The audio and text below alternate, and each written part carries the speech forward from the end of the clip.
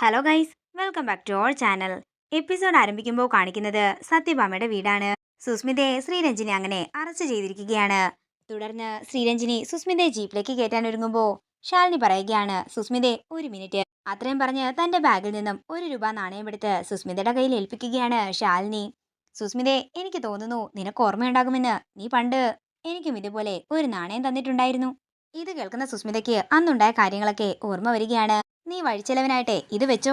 അത്രയും പറഞ്ഞ് സുസ്മിതയുടെ കയ്യിലേക്ക് ആ ₹1 കൊടുക്കുകയാണ് ശാലിനി. അങ്ങനെ ശ്രീരഞ്ജിനി സുസ്മിതയെ അറസ്റ്റ് ചെയ്തുകൊണ്ട് അവിടെ നിന്ന് പോകുമ്പോൾ രാഘവൻ നായർ പറയുകയാണ്, ഇപ്പോഴാ സമാധാനമായത്. ഇപ്പോഴാണ് ഈ വീടിന് ഒരു ഐശ്വര്യമേ വന്നത്. ഇത് കേൾക്കുന്ന ഭാമ ദേഷ്യത്തോടെ അകത്തേക്ക് കയറി പോവുകയാണ്. പിന്നീട് കാണിക്കുന്നത് വിഷ്ണുവും ശാലിനിയും ചേർന്ന് ശാരദാമ്മയെ വിളിക്കുന്നതാണ്. തുടർന്ന് ശാരദാമ്മ തിരികെ ശാലിനിയുടെ ഫോണിലേക്ക് വിളിക്കുന്നു. അമ്മേ, ഇന്നിവിടെ ഒരു സംഭവം ഉണ്ടായെന്ന് ശാലിനി പറയുമ്പോൾ ശാരദാമ്മ പറയുകയാണ്, മോളെ അതൊക്കെ ഇരിക്കട്ടെ, ആദ്യം ഞാൻ പറയുന്ന കാര്യം കേക്ക്. എന്താ അമ്മേ, എന്താ പ്രശ്നമെന്ന് ശാലിനി ചോദിക്കുമ്പോൾ ശാരദാമ്മ പറയുകയാണ്, മോളെ രോഹിത് ജീവനോടെയുണ്ട്, അവനെ ഞാൻ കണ്ടു. ഇത് കേൾക്കുന്ന ശാലിനി ഒരു ഞെട്ടലോടെ ചോദിക്കുകയാണ്, അമ്മ എന്താ പറഞ്ഞത്? രോഹിത് ജീവനോടെ ഉണ്ടെന്നോ? അതെ മോളെ. തുടർന്ന് ശാലിനി ഫോൺ സ്പീക്കർ ഇടുമ്പോൾ ശാരദാമ്മ പറയുകയാണ്, ഞാൻ ശാരികമ്മളുടെ ചികിത്സ കേട്ട് പോയില്ലേ, രാച്ചിയമ്മയുടെ കുടിലിൽ വെച്ച് ഞാൻ രോഹിത്തിനെ കണ്ടു. അവന് ഇന്നലെയാണ് ബോധം വന്നത്. എന്നിട്ടമ്മേ, രോഹിത്തിന്റെ ആരോഗ്യമൊക്കെ ഇപ്പൊ എങ്ങനെയുണ്ട്? അവന് ഭേദമായി വരുന്നതേ ഉള്ളൂ മോളെ. അമ്മയോട് രോഹിത് എന്തെങ്കിലും പറഞ്ഞോ എന്ന് ശാലിനി ചോദിക്കുമ്പോൾ ശാരദാമ്മ പറയുകയാണ്, മോളെ, നമ്മളൊക്കെ വിചാരിച്ച കാര്യം ശരി തന്നെയായിരുന്നു. സുസ്മിത കാരണമാണ് രോഹിത്തിന് ഇങ്ങനൊരു അവസ്ഥ ഉണ്ടായത്. സുസ്മിതയാണ് രോഹിത് മോനെ സൂയിസൈഡ് പോയിന്റിൽ നിന്നും കൊക്കയിലേക്ക് തള്ളിയിട്ടത്. ഇത് കേൾക്കുന്ന വിഷ്ണുവും ശാലിനിയും ഒരു ഞെട്ടലോടെ നിൽക്കുകയാണ്.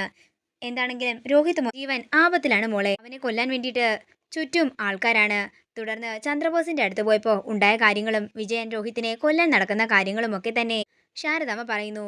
ശാരദാമ്മേ, ഞാൻ വരാൻ കൂടെയെന്ന് വിഷ്ണു പറയുമ്പോൾ മോൻ വരുന്നതുവരെ കാത്തു നിൽക്കാൻ ശാരദാമ്മയ്ക്ക് സമയമില്ല.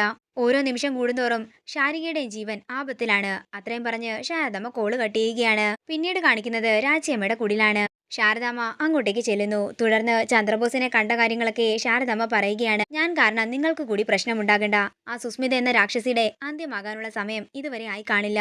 അവൾക്ക് ഇനിയും ജീവിതം ഈശ്വരൻ വിധിച്ചിട്ടുണ്ടാകും. ഞാൻ എന്താണെങ്കിലും ഇവിടെ നിന്ന് പോകാമെന്ന് പറഞ്ഞ് രോഹിത് പോകാൻ ഒരുങ്ങുമ്പോൾ രാജ്യമ്മ പറയുകയാണ്, നിനക്ക് 10 അടി കൂടുതൽ എടുത്തു വെക്കാൻ ആകില്ല മോനെ. രക്തചന്ദന ചികിത്സയാ കഴിഞ്ഞത്. കാടിറങ്ങും മുമ്പ് തന്നെ മോൻ രക്തം ഛർദ്ദിക്കും. അതുകൊണ്ട് എവിടേക്കും പോകണ്ട, ഇവിടെ തന്നെ ഇരുന്നാ മതി. ശാരദാമ്മയും പറയുകയാണ്, അതെ, ആ വിജയനും ഗുണ്ടകളും എപ്പോ വേണമെങ്കിലും ഇവിടെ എത്താം. എന്തും സംഭവിക്കാം. നമുക്ക് രക്ഷയ്ക്കായിട്ട് ഈശ്വരൻ ആരെങ്കിലും അയക്കുമെന്ന് വിശ്വസിച്ച് ഇവിടെ തന്നെ ഇരിക്കാം. അതേസമയം രാജ്യമ്മയുടെ കുടി അതത് ആരോ തട്ടുകയാണ്. വിഷ്ണുമോനായിരിക്കും എന്ന് പറഞ്ഞുകൊണ്ട് ശാരദാമ്മയും രാജ്യമ്മയും പുറത്തേക്ക് ഇറങ്ങുകയാണ്. ആരാണെന്ന് ചോദിക്കുമ്പോൾ ഞാനാണെന്ന് മാത്രമാണ് വിജയൻ പറയുന്നത്. തുടർന്ന് കതക് തുറക്കുന്ന രാജ്യമ്മ വിജയനെയും ഗുണ്ടകളെയും കണ്ട് ഞെട്ടലോടെ നിൽക്കുകയാണ്. ഞങ്ങൾക്ക് അകത്ത് കയറി പരിശോധിക്കണമെന്ന് പറയുമ്പോൾ അതൊന്നും പറ്റില്ലെന്ന് രാജ്യമ്മ പറയുന്നുണ്ടെങ്കിലും അതൊന്നും വകവെക്കാതെ വിജയനും ഗുണ്ടകളും അകത്തേക്ക് കയറുകയാണ്. ഇവിടെ ഒരുത്തനെ രഹസ്യമായിട്ട് താമസിപ്പിച്ചിട്ടുണ്ടായിരുന്നല്ലോ, അവനെ ഇങ്ങോട്ട് വിളിക്കാൻ വിജയൻ പറയുമ്പോൾ ഇവിടെ ആരുമില്ലെന്നും സ്ത്രീകൾ മാത്രമുള്ള വീട്ടിൽ കയറാൻ നിങ്ങൾക്ക് നാണമില്ലേ എന്നും ശാരദാമ്മ ചോദിക്കുന്നു.